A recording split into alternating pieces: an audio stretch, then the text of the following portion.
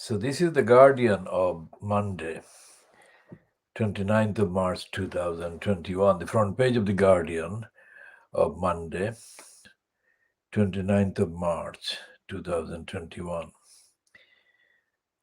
And we are discussing this one first in the part 2 or part B of the KhoodeelaarTV television channel, broadcast online starting from 23:55 approximately GMT on Monday, 29th of March 2021.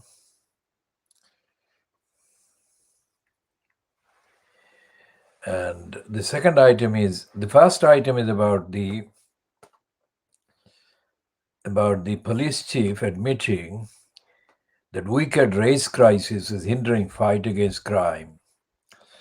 Now, anyone who is familiar with the commentary and analysis and exclusive diagnosis of the state of policing in Britain and the other related agencies would know that we have been saying it for years, that despite the fact that the police is kind of cushioned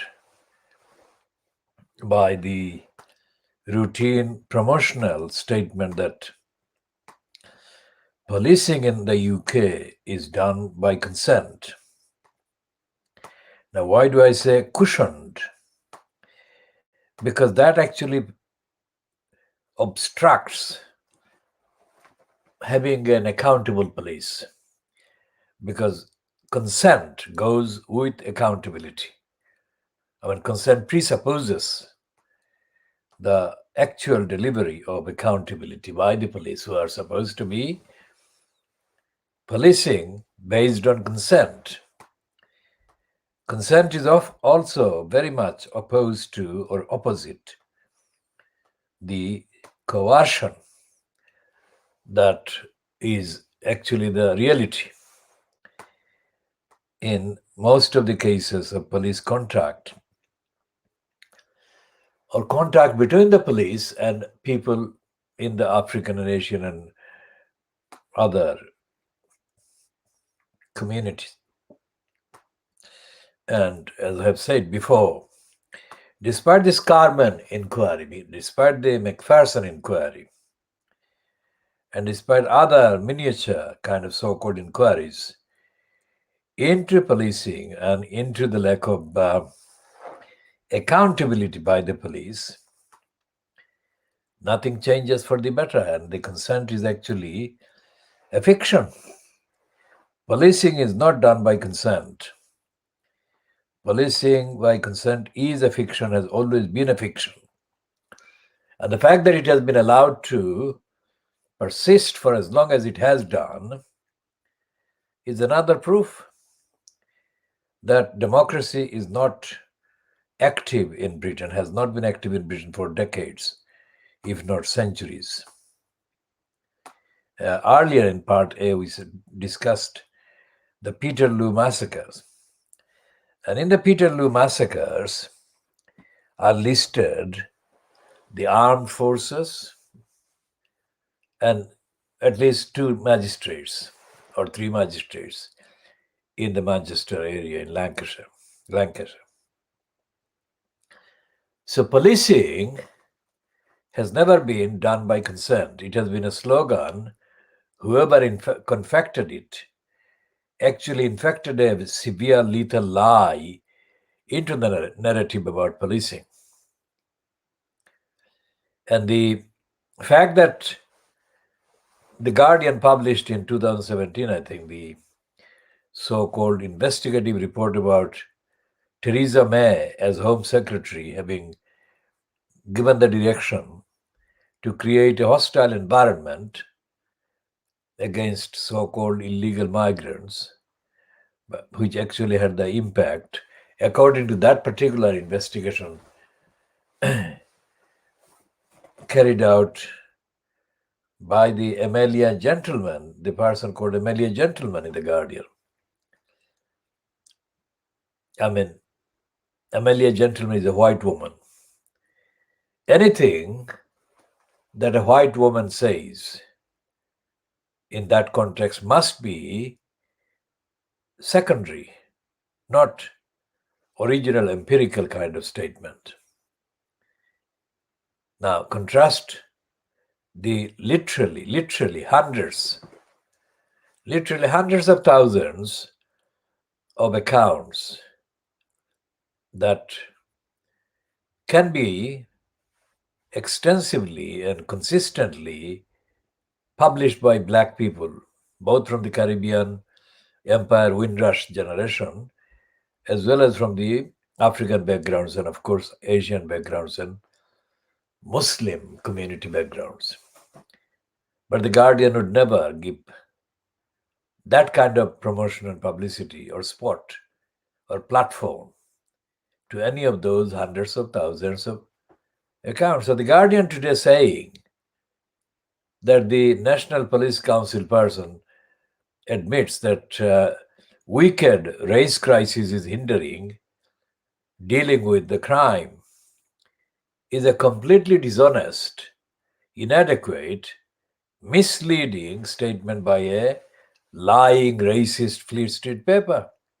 Of course, in comparison with the Daily Mail and the Scum and the Star and the Boris Graph, that particular headline and the accompanying stories that follow that particular headline in The Guardian comes across to any visitor from the Mars or outer space as being authentic and genuine and anti-racist. But it is not. The Guardian is one of the kind of pretense outfits that pretend to be not racist, but actually perpetuate racism more effectively and more without accountability. And it's not the victim, the result, the consequence, the damage, and the detriment caused by the Guardian's posture and position is wider ranging than the damage done daily by the Daily Mail and the Scum and the Boris Graph and others, because the Guardian pretends. So therefore, it takes a longer time to realize the details of the pretense and the diversion, the deflection from the real issues that the pretense actually represents. Actually represents, not apparently represents. Remember, the difference between actual and apparent, because it takes longer time to investigate the Guardian's own kind of lies. And the same applies to the Labour Party. For example, in the completely crass and stupid confection of the black section in the Labour Party during the mid 1980s of the last century was totally racist, because it created a departure from liability and responsibility owed to society and owed particularly to the African and Asian membership of the society and of the Labour Party. The duty owed to the people by the Labour Party was not a duty that was kind of fantasized about by anybody. It was a duty that was actually derived from the UK's continuing status as a signatory to all these conventions and treaties and declarations and agreements that actually encouraged the otherwise racist and backward and anti-democratic institutions in Britain, including the parliament, the government, the media, the judiciary, to bring into kind of operation practice at least at the beginning, a semblance of international standards of due process, fair say, fair access to the judicial institutions and the theoretical remedy, theoretically available through the judiciary. As we have been saying, but anyone who is watching this for the first time may benefit from the fact or the note that all the institutions, including the judiciary at every level, the police, the parliament, the Crown Prosecution Service, and the ancillary kind of sub-agencies, including the state agencies that are in place to be implemented and represented by the local councils. For example, the so-called kind of benefits regime, welfare benefits. All of these are contaminated, thoroughly contaminated by racism and by lack of accountability and by the obstruction to any kind of due process.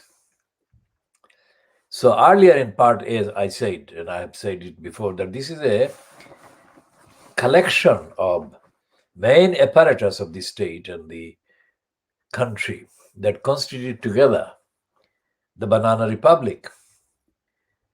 As if this Banana Republic evidence wasn't bad enough for society, the latest revelation about the corrupt and kind of congenital dishonesty as embodied and personified by Boris Johnson. And in relation to this American businesswoman, I say business within quotation marks, Jennifer R. Curry, illustrate the deepest possible corruption in public life that exists in Britain. I mean, Boris Johnson is daily, factually reported as having lied on the day or once or twice or more than twice. Every week, therefore, Boris Johnson is lying or making statements and policy decisions that are unsustainable and unfit for purpose and are in fact damaging. For example, the relaxation, so-called, of the lockdown rules and restrictions, effective 29th of March 2021, has been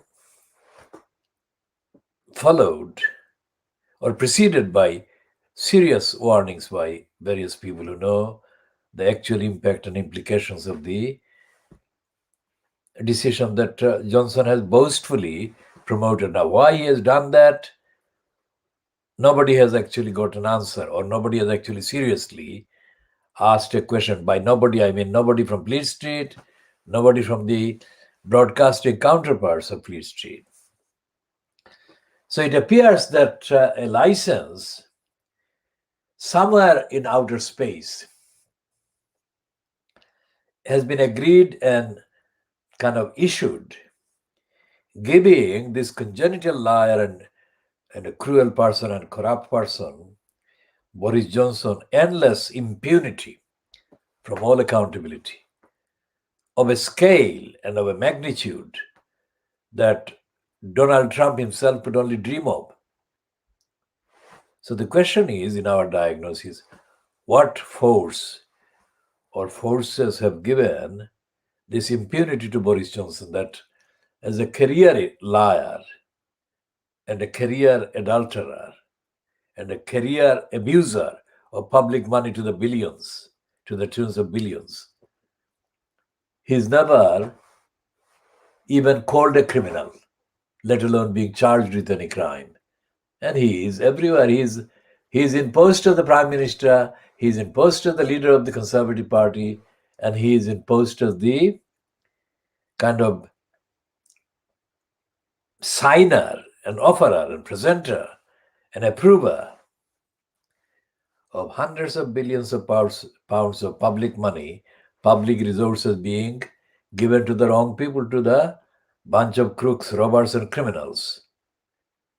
So it's not just a banana republic, it's worse than that. And as if all of that was not bad enough. The fascistic pack-up legislation against which all the locally confined demonstrations against the police have been happening. The police bill is not necessary. That is to say, that it contains various powers that are not necessary because there are any number of already existing acts of parliament that contain more powers than the police have ever needed or would have ever needed. And all of this is going on while the Labour Party stays dead. So, on to the question of the sexual abuse. When Johnson took Jennifer Arcuri to his family home at that time to perpetrate the adultery with Jennifer Arcuri, he was married to Marina Wheeler. And Marina Wheeler was away at work while Boris Johnson took Arcuri into the home, into the bedroom that he shared with Marina Wheeler, or the room or rooms that are the space or spaces that he shared with Marina Wheeler. And it is the sexual business. This is not a kind of made up account. This is what Arcuri has said, and this is what has been the interpretation. And there is no call from the Labour Party for him to resign. Think about this for 10 minutes. Because when Theresa May was imposed as Prime Minister, I think two of the prominent frontbenchers or members of her cabinet were forced to resign their positions over much less kind of serious, alleged kind of sexual misconduct by them. And here is Boris Johnson being featured in very detailed accounts in the kind of Fleet Street paper, at least the Mirror Group. And Mirror Group is, in terms of circulation, is not very far behind from the Scum and the Boris Gruff or the Mail. Its circulation claim is kind of less numerically smaller than those of the Daily Scum and the Daily Mail, but it is a significant circulation. So it's not like the Arcuri revelations have not been widely circulated. It is widely circulated. And yet there is no call, there is no evidence of any call for demanding resignation by Boris Johnson because of the whole series of lies that he uttered in denying that he had an affair or in denying that he did anything wrong. He did everything wrong. And today's statement, that is the statement issued in the name of Boris Johnson's office at number 10 Downing Street during Monday the 29th of March 2021. The statement was a denial statement in denial, made in Boris Johnson's name or in the name of his office, that is the Prime Minister's office, by Allegra Stratton. Now, Allegra Stratton is very much a common name between the two women. The first wife he had married was called Allegra something, Mostyn. Allegra Mostyn something. And this one is Allegra Stratton. Now, this name is very uncommon. It is known as a name, but it is very, very, very uncommon.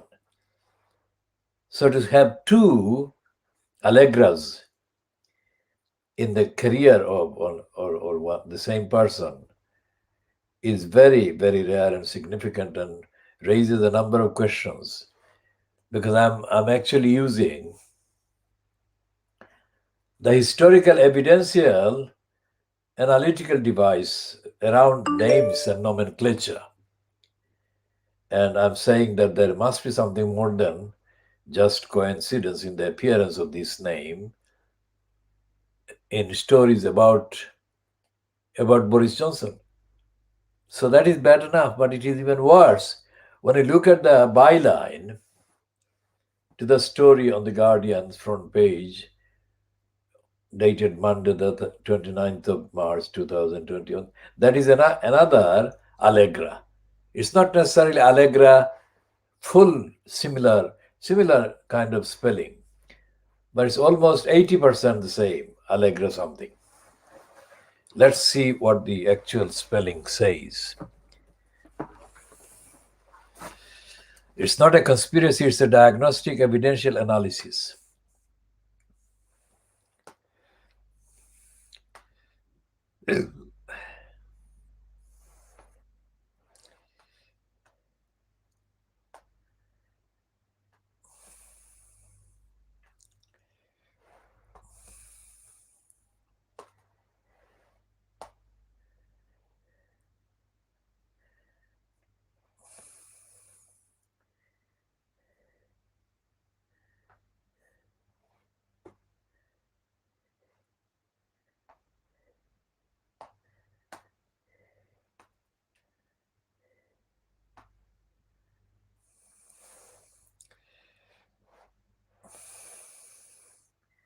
Not the front page of the Guardian of Monday, it's the Guardian Online that published the item. That was the mistake, because I was thinking of the Guardian print version, but it's the item will be in tomorrow's Guardian, whatever page they put it on. But this is about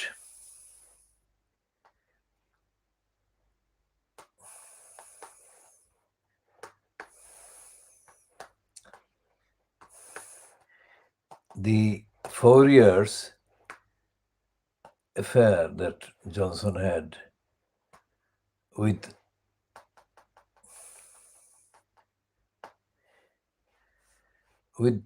Jennifer Arcuri.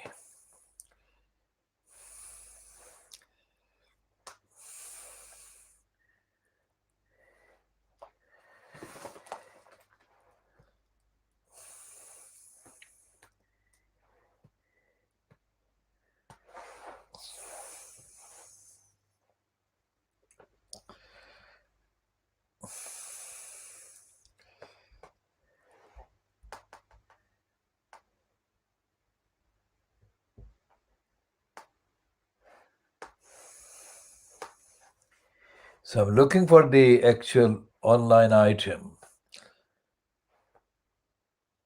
on the Guardian, and I'm examining the nomenclature that appears. The same nomenclature appears in all three items.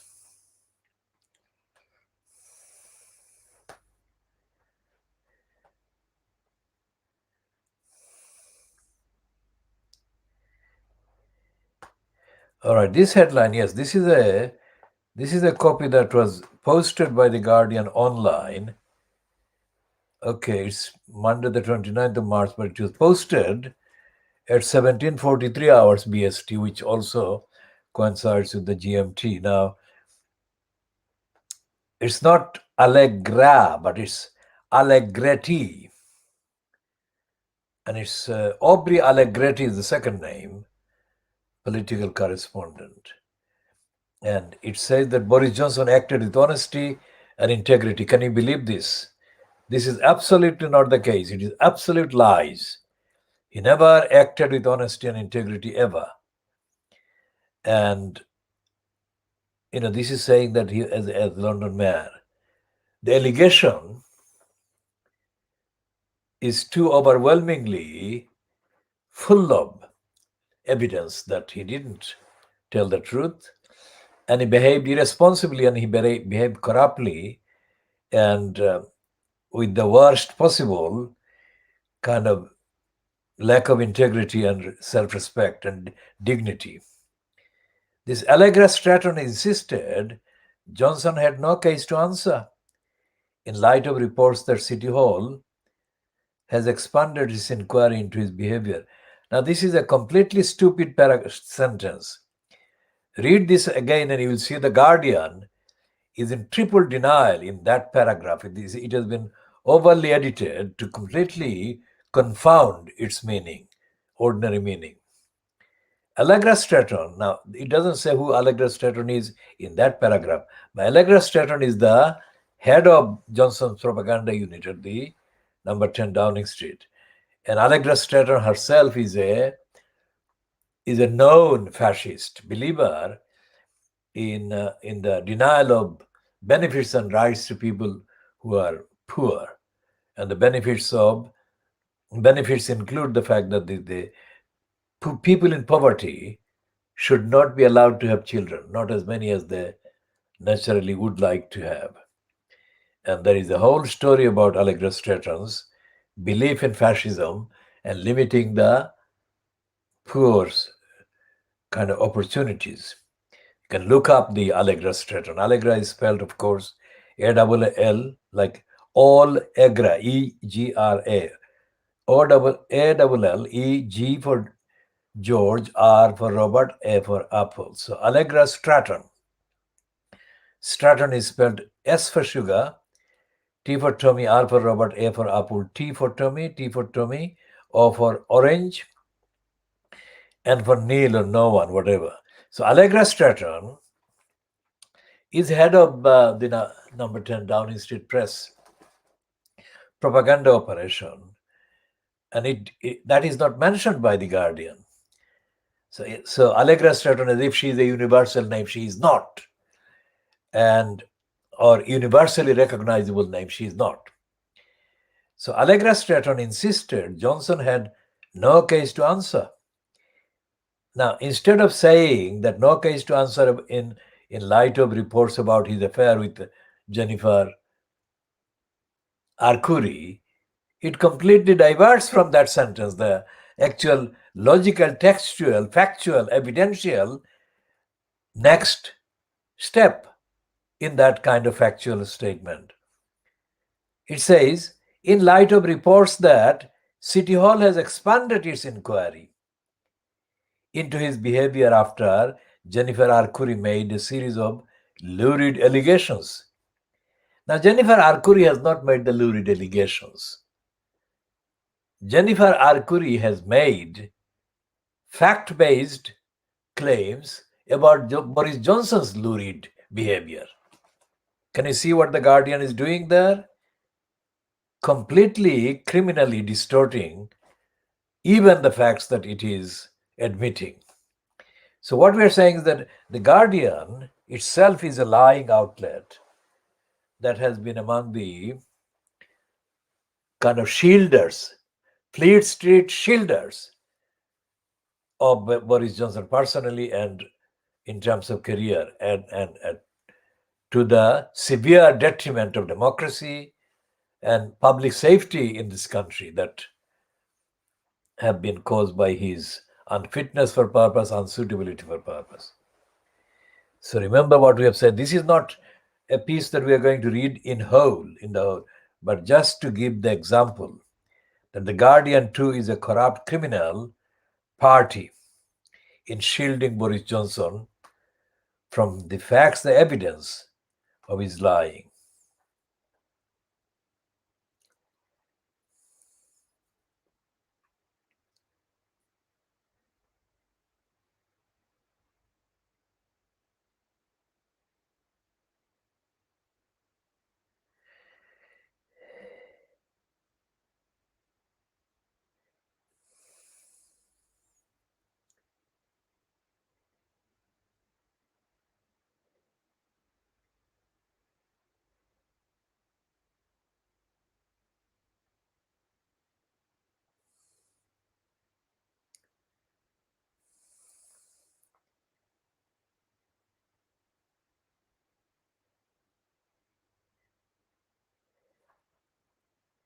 And the rest of the story, the copy,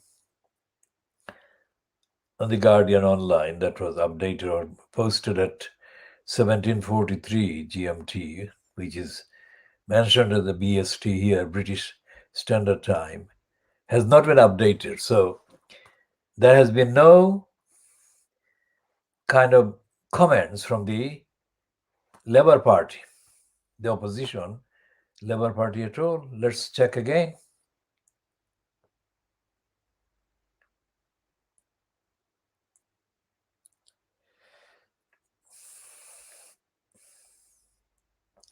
Now, they are quite happy, the Guardian's liars, to update on Ghislaine Maxwell. Because Ghislaine Maxwell, the daughter, quote, the favorite daughter, favorite child of the most notorious criminal, Robert Maxwell, is being still described as a socialite. Why are they glorifying her as a socialite? She was a pimp. And this story is about her pimping. So why are they calling her a socialite? Think about that. She's not a socialite. And she's not being held in custody because of her being a socialite. Unless, of course, by socialite, the Guardian has begun to refer to pimps of a particular type, of a particular income bracket that include clients and punters, like the second son of Brenda, the Queen Elizabeth II, Andrew, who was the only beneficiary and user of children. He was the pedophile, having sex with children provided or procured by Ghislaine Maxwell and Epstein.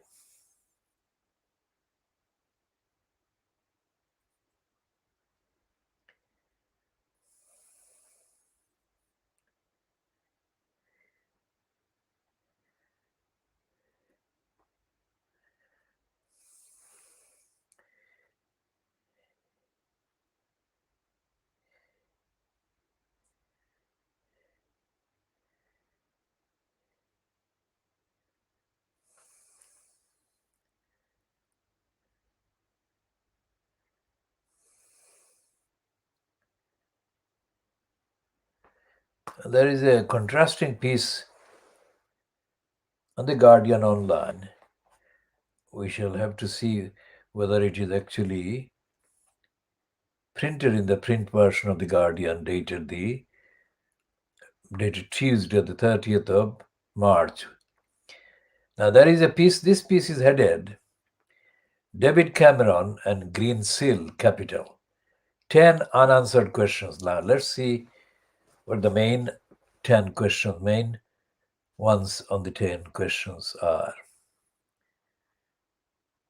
The financial services company Green Seal Capital collapsed this month, which could trigger the demise of GFG Alliance, a conglomerate owned by Sanjeev Gupta, who owns the third biggest steel company in Britain. If Gupta's Liberty Steel goes under, that is, if it sinks, then 5,000 British jobs are at stake. And then on the third paragraph only, it begins to refer to David Cameron. According to that headline, Cameron should have been the main topic, the main name in the first paragraph. But it waits until the third paragraph. And it is shielding Cameron. The former Prime Minister, David Cameron, is facing demands to explain his relationship with Greensill Capital's founder, Lex Greensill, the son of watermelon farmers, who was made an advisor to the government in 2014 and appointed as CBE in 2017, after Cameron left office in the wake of the EU referendum defeat. It doesn't say that he is the one who foisted on the country the Brexit thing in the first place, the referendum and everything else. He became an advisor to Greenseal's company. So far, Cameron has declined to speak on the record about his relationship with Greenseal or his attempts to lobby on his behalf. The questions that remain unanswered include who introduced Cameron to Lex Greensill? Was it your former cabinet secretary, Sir Jeremy Haywood? And what role did you play, if any, in providing Greensill with a security pass? And all of these questions, let me say, are absolutely fact based, but they won't be answered. And it is unlikely that The Guardian will investigate them as thoroughly as it could, and it should, and it must. And none of the other right-wing fascist Brexiteering outlets like the Daily Mail or the Scum or the Boris Graph will actually provide the details or the answers. But what it illustrates, what it proves beyond any doubt about the fact that Britain is a banana republic, a corrupt republic, an undemocratic republic, and a racist republic, and a republic that is being prepared, groomed, and pumped to become a fascist republic. That is the extent of it, that is the severity of it. And while all of this is happening, Keir Starmer has killed off the Labour Party.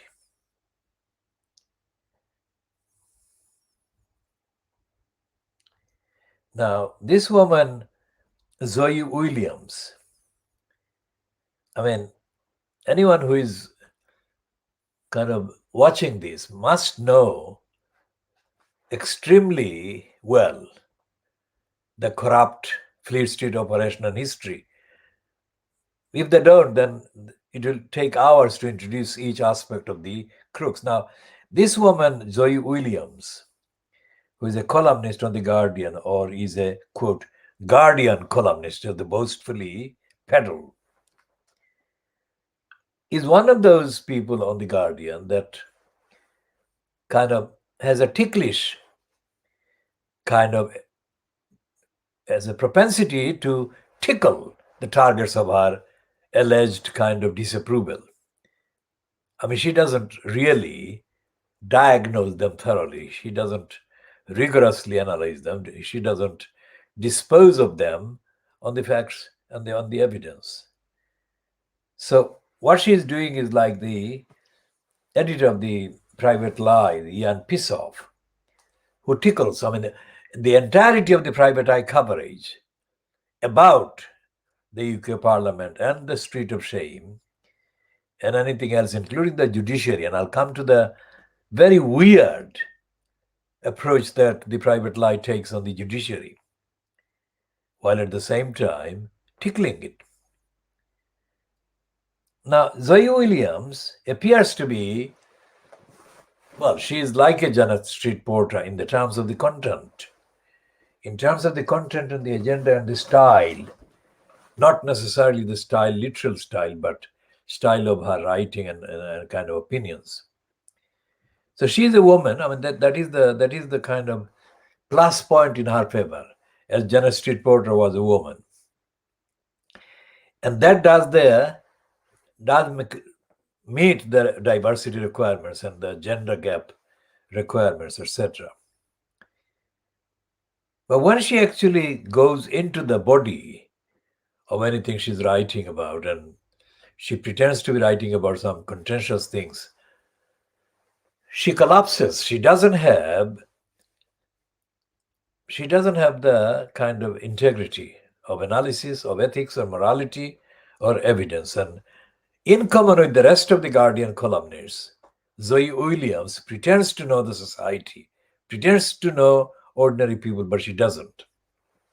Of course, she goes to ordinary shops and does the ordinary living, but the point is that she doesn't have any real solidarity, any real kind of empathy with the people who have the real life kind of detriments and losses of rights that she pretends to know about and write about. Okay, so that is Zoe Williams, also introducing the general type of the Guardian columnist. And this is the pretense, this is the tickling thing.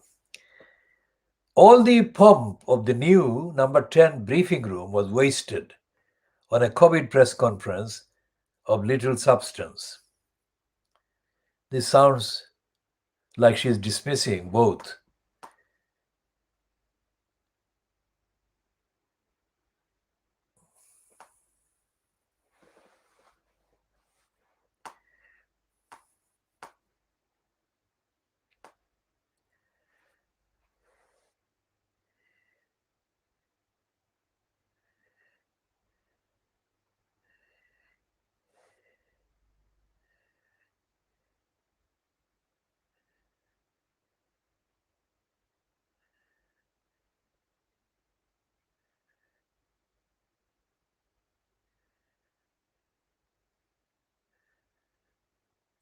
and there are details of the kind of stupidity of the spin that Boris Johnson spewed at the news conference.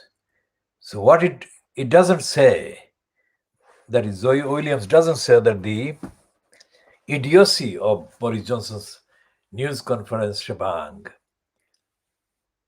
only highlights the urgency of the need for a proper, democratically active, accountable opposition in parliament. And it doesn't say anything about the losses of lives in the way that it should say. It has references to COVID-19 and all the rest of it, but it is not a rigorous piece. And Zoe Williams doesn't write rigorous pieces. When she appears, sometimes I haven't watched or suffered the appearances on these channels, either the BBC News channel or Sky News, where she had been. I mean, I suffered this before the COVID thing and lockdown. And when she did have the appearance or slots, or was slotted in either of those or both of those, she came across as being, again, full of tickling kind of content, but had no continuous, consistent narrative against the corruption that she should have pointed out and railed against and condemned. On Sky News especially, which is a corrupt platform because it's owned by the crook, or was created by the crook Rupert Murdoch, too many criminals posing as experts on this or that were given slots or platform on the so-called press preview slot. And too many of them were aggressive. And when those were one of those, let's say there were 5 or 6 of them that I could name. I'm not going to name these criminals now in this particular broadcast, but Joy Williams was pitted against one of those criminals. And they would shout at her, shout her down, and they would dismiss her and dismissively refer to her kind of attempt at making her statement, however kind of incoherent or disunited and lacking in integrity those were, as I have said earlier. I think that Zoe Williams was kind of underestimated or undermined by sexist co-appearees. This is not an endorsement of Zoe Williams's point of view. That is not what I'm saying. I'm saying that as a woman, she was shouted down more often than not.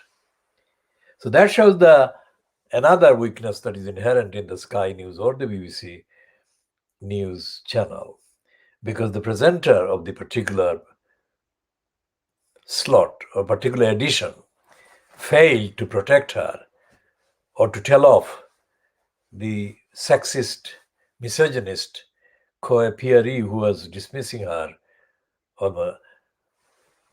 almost regularly.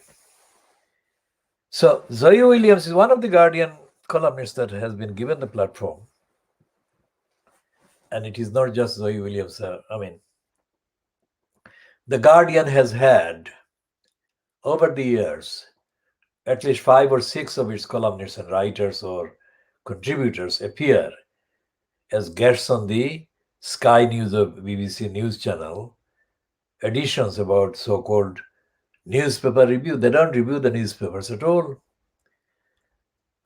We do the diagnosis, which is more than reviewing, much more than reviewing, and their kind of choice observing or active and current kind of writers and stringers and correspondents and freelancers linked to the Guardian or other newspapers gave the game away because they were not interested in running a platform that was critical of the media. We are, but they weren't. They were using the newspaper front pages mainly. And I'm sure they still are doing that, despite the social distancing and remote broadcasting, which has replaced the previous in-studio live broadcasting. They're doing the same thing, and that doesn't actually serve the cause of democracy, cause of accountability. And although in part A we have discussed Kevin Maguire of The Guardian admitting that Boris Johnson is a liar and a cheat and all the other things, Maguire is another kind of Fleet Street based or Fleet Street linked quote journalist that has been given too many sports and platforms to do the so-called press preview.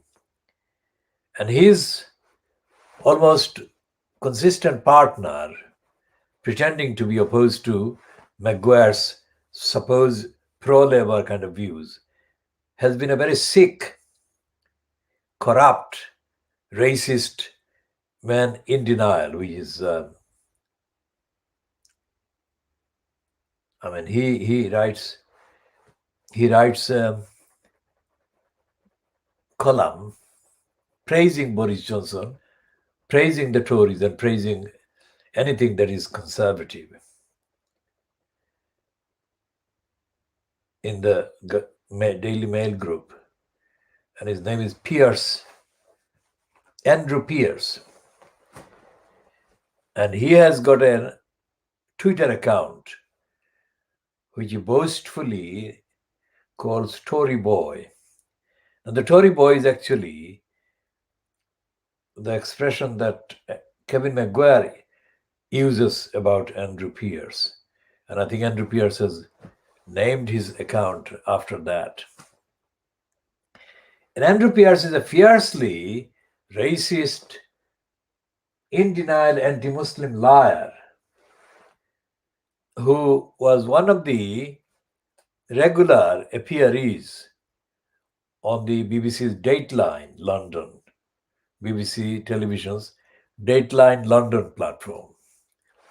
And it was during the years of ongoing assaults by Tony Blair and George W. Bush on the people of Iraq and other Muslim countries that Andrew Pierce and Michael Gove and Julia Heartless, a bad word, and Polly Toynbee appeared. And they praised and they agreed with the attack, the idea of the attack against the Muslim countries and the massacres of the Muslim men, women, and children. None of them said a word against the massacre of Muslim men, women, and children. So what I'm saying is that every single identifiable perpetrator of propaganda from Fleet Street and from the mainstream kind of television channels directly linked with their connection with Fleet Street is on the evidence, not because I don't like them. Of course, I don't like their opinion, but I have no particular personal kind of interest in, whether liking them personally or not. It is on the contents of their contributions that I am saying what I'm saying. And what I'm saying is that they are not doing by what I have summarized them as doing. They're not serving the cause of freedom of expression or free speech or kind of publishing truthful news or objective news. Many years ago, when I was in Dhaka, remember, I never worked in return for money. I am a prolific writer and I wrote more than anybody else. Or I wrote more articles and more pieces than the entire reporting staff of the other newspapers combined. So I was forever looking for evidence, investigation, to tell the truth. And as part of that, I attended a promotional event held at the Dhaka office of the United States Information Service, what was called USIS. And they had probably one kind of reporter associated with one of the US newspapers or news organizations. And this was organized, this meeting, which is a small meeting, was organized apparently to educate the local journalists of then Dhaka about the high values and principles of the American journalism. And the topic of that particular item, or the headline of that particular talk, if I remember, it's very, very many years ago, a fictional way or style or approach, but fiction was there, of factual reporting. So fiction and factual, those are the two key core aspects of the particular theme. And I did a very authentic interpretation of it into Bangla. So my piece was, in fact, exceptional because nobody else did the standard, the quality of the piece that I had published in one of the organs. But what I'm saying is that the pretension on which they base that kind of seminar or talk, whatever, was a completely fiction-based pretension. Because the American media, like print media or the already broadcast media, cable and whatever was available at that time or about to be installed, never operated on the basis of telling the truth. I mean, all the President's Men and the investigation by the two Washington Post reporters was an exception and remains an exception. Even to this day, even after all these things. And the same pretense applies to the UK kind of journalists and whatever. And I have diagnosed both the ones that are not within my empirical and personal actual experience, and also those which are within my experience. And I have added to those two sources, if you like, other materials obtained from other sources. Altogether, it is the fact that the reason why the Daily Mail demolished personally demonized and demolished Jeremy Corbyn was nothing to do with telling the truth to the public. Just as the Daily Mail carried out a crusading kind of attack on the previous leader of the Labour Party after the Labour Party was ousted at the 2010 election, Ed Miliband, because Ed Miliband's father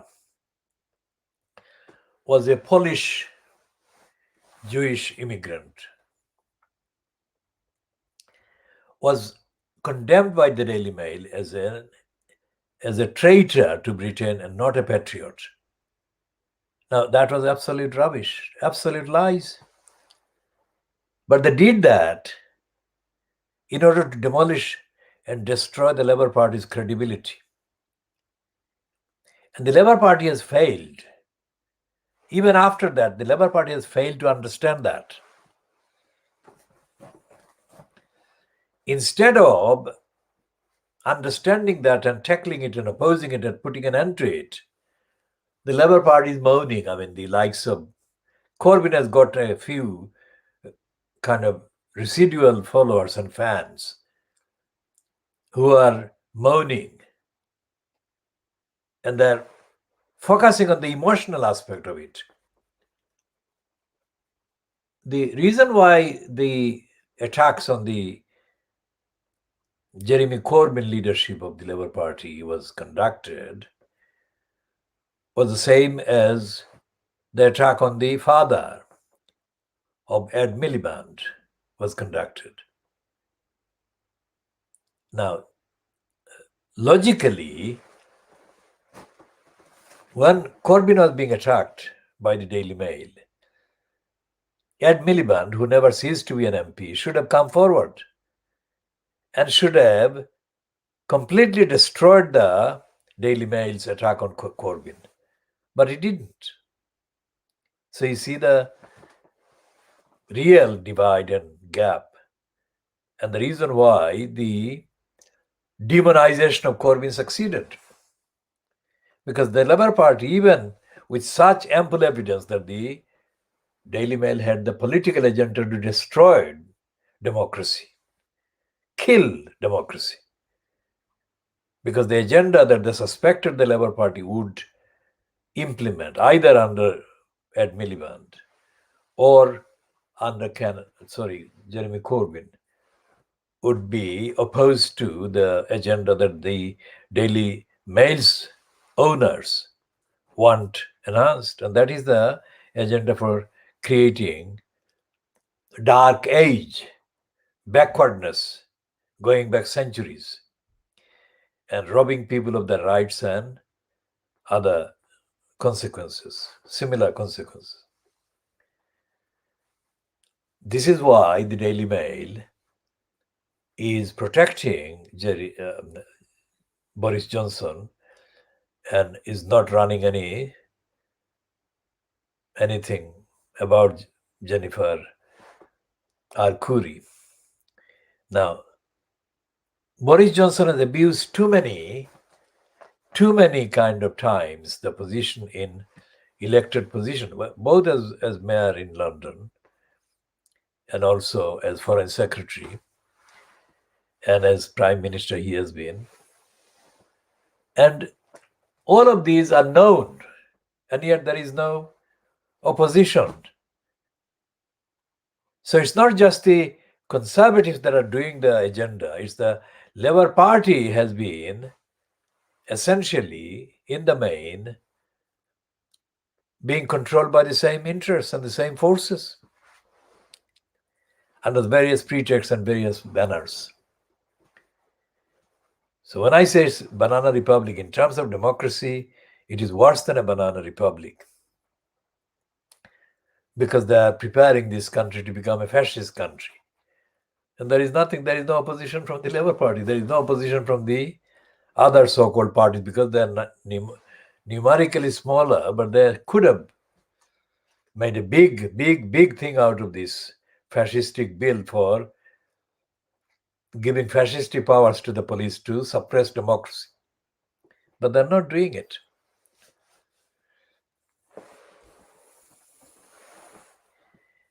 And we go back to the question of the Tower Hamlets Council, local council, failing its safeguarding duties to the 4 schoolgirls from Bethnal Green. I have searched and there is no evidence that anyone, quite apart from the fact that Tower Hamlets Council has not done anything about these girls, no MP in Tower Hamlets or in the name of Tower Hamlets has said anything. So what we are building up is a series of factual kind of pillars on which to create the case for long-ranging, wide-ranging constitutional law, international law, and human rights law actions against Tower Hamlets Council and on behalf of the children that were due and owed safeguarding duties and were denied those. And the details we have already made known because it's all on the record.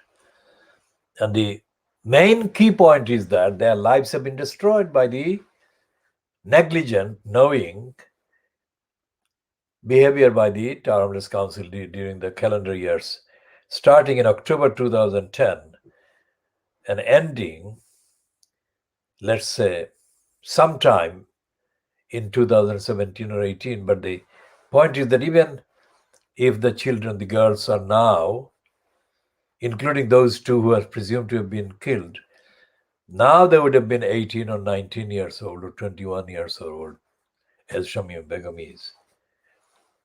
Most of their lives as secondary school children, the years during which they must have been targeted for grooming and misleading, diversionary kind of engagement and departures from their ordinary course of life or lives. Those years coincide with the neglected safeguarding duties by Tower Hamlets Council. So the case is very strong. And we are doing this despite the fact that none of these sitting councillors now, and when we say now, we refer to the 26th of February rubber stamping rule by the Supreme Court, or during any time, during any years between October 2010 up to the 23rd of April 2015, and since 2015 up to the 26th of February 2021, none of the councillors in place at any time during those periods has made a statement about these girls. And it is clear that we introduced these references, these frameworks, these concepts of safeguarding duties. Although on the record, these concepts have been available, but they have not been known to any of the councillors until we started the campaign in late February last month, a month ago. So safeguarding children duties doesn't, as a phrase, doesn't appear at all in any of the posts that any of the councillors had made, if they made any references to these girls at all. And they only began to refer to this concept, and the references have been completely inadequate, typical. But that typical inadequacy of references or referred to materials is to do with the fact that most of the councillors are not properly schooled. They're not educated, that is a given, but they're not even properly schooled and they're not trained. And their actual exchanges are confined to their kind of their peers who are lacking in basic knowledge and awareness. Most of these people communicate by tweeting and retweeting one another, publishing connections and praise for one another. So that is also a given. But the concept of safeguarding children duties being unknown to them is not an accident. All the duties that a local council, including Town Hamlets Council, owes to the electorate, to the community that is covered by the framework of the council, these are unknown to these councillors, including some of those who are kind of boasting that they are campaigning for local issues. Whatever they're doing are again tickling and inadequate.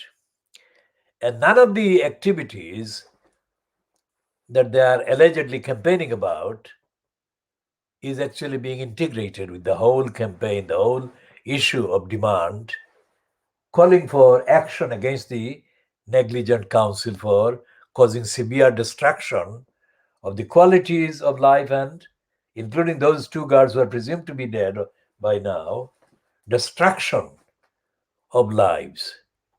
So safeguarding children duties being neglected has actually resulted in at least two of the guards being dead or being killed or being kind of known or reported to have been killed, and they could have been saved, literally saved, by the council following and upholding and carrying out and implementing its safeguarding children's duties.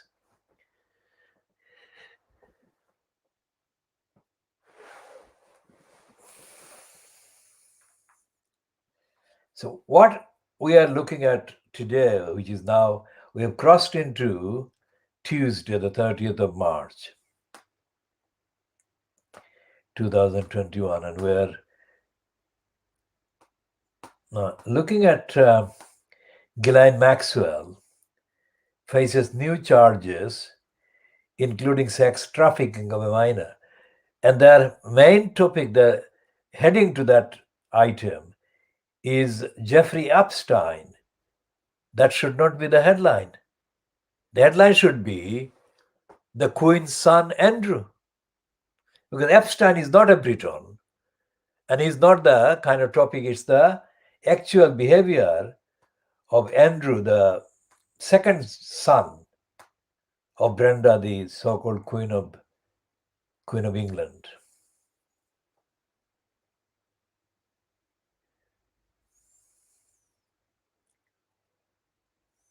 And they only referred to Andrew,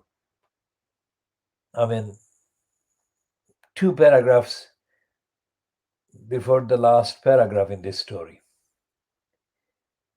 Epstein and Maxwell's arrests have spurred intense scrutiny of Prince Andrew, who was a friend of both purported sex traffickers. They don't say reported, they say purported. And Virginia Giuffre, one of Epstein's many accusers, alleged in a civil lawsuit that Maxwell lured her into Epstein's circle under the false pretense of massage work. Now that raises a lot of questions about safeguarding children duties neglected by the US equivalents of the Town Hamlets Council. After being pulled into their orbit, Maxwell forced Virginia Giuffre to have sex with powerful men. It's a plural, including Prince Andrew, the Duke of York, when she was just 17. Maxwell denies the claims. Andrew directly and via statements from Buckingham Palace has vehemently and repeatedly denied all of Giuffre's claims. This is, of course, something that has been reported elsewhere. But the essential fact is that the Guardian is shielding Andrew from the factual contents that it is publishing about his pedophile and perverted kind of exploitation of children for sex. And the role that Brenda has played about in shielding Andrew is also significant. She has not condemned him, and she has not, of course, ousted him from the circle of the Buckingham Palace, really. And she has not kind of caused him any loss of his privileged access to her kind of monarchy. And that shows the corruption of the monarchy. I mean, those people who say that they're only condemning the hangers on and they're not condemning Brenda, they're being dishonest as well. Because Brenda's role, nobody wants to condemn her personally, whatever her personal position is. But she is the person who personifies the monarchy. And as I said, I mean, in January 1981, I published an editorial call for Brenda to speak out against racism in this country. Now it's 40 years ago. And 40 years later, she is accused of fronting a racist royal family. Think about that. I was 40 years ahead of all of this, and she should have actually responded to my call and published a statement and spoken out against racism, or she should have begun to speak regularly against racism. But she hasn't. And that actually was how long ago? 81, from 1977, when Diana was murdered. And the one reason, not the whole reason for her being murdered, was the fact that she was seeing a Muslim that they didn't like and they didn't want her to see. And other allegations that the father of the victim, Muhammad Fayad, has made. In effect, they have all been, in terms of the motive, the prejudice, the racism, and the hostility against Muslims, that Fayad literally mentioned and implied, have substantially been vindicated, if you like, not necessarily the particular incidents. And Fleet Street is not covering those things. Those are the central things. The Fleet Street is deflecting attention from the main story, the main event being what actually is at the center of the allegations. And the center of the allegations against the Brenda and the monarchy has been that Meghan Markle was treated with prejudice and bias and hostility and was kept at a distance out of motivation of racism on the part of those who did the behavior. Now, if it wasn't Brenda herself that was included in doing that kind of thing, then she should have come forward and corrected the perception that she was racist, and she should have said that I'm not a racist instead of Williams. Williams is only a child. I mean, lot removed from Brenda, because Brenda is still the monarch, sitting monarch. And Williams is her grandchild, one grandchild out of many. So he cannot speak for the whole family. He's only arrived 37 or 38 years ago. And Brenda has been around nearly 100 years ago now, since for 100 years. And she's been enthroned for more than 60 years. So Brenda should have spoken in detail and given a world-ranging kind of speech. But it seems that she doesn't think nearly enough importance. She doesn't give nearly enough importance to the magnitude of the allegation that Meghan Markle has made. And the entirety of the British racist kind of apparatus has been shaken by the claims by Meghan Markle, which is why one of the most corrupt and dishonest members of the so-called Fleet Street is now almost acting as part of the gang, of racist gang that want to discredit Meghan Markle. As I have said before many times since the broadcast of the interview they gave to Oprah Winfrey, because of Oprah Winfrey and the American kind of perspective, unlike Wallis Simpson, the equation has been fundamentally shifted. And Brenda is now increasingly getting into a corner, despite the fact that Fleet Street morons keep assuring her that they are behind her. They may be behind her, but they're not behind her to save her. They're behind her to stupidly kind of expedite her being submerged in this, which she should not have been, but she is being submerged in this because, contrary to the anti-Muslims who say that the parents in West Yorkshire who are protesting against the Batley Grammar School teacher who showed a cartoon that had been actually published first by Charlie Hebdo in France. The cartoon by Charlie Hebdo against Brenda and showing Brenda as a racist white American policeman strangling the black victim, and the black victim being played by Charlie Hebdo's version of Meghan Markle. This is far-reaching. This is not going to be forgotten. And this is indicative of the international kind of hostile response that is being kind of caused against the monarchy. Anyone who genuinely believes that the British kind of royal family should be allowed to continue and preserve is mistaking Fleet Street portrayal against Meghan Markle as being enough of an insurance and defense against the deadly, lethal kind of reality.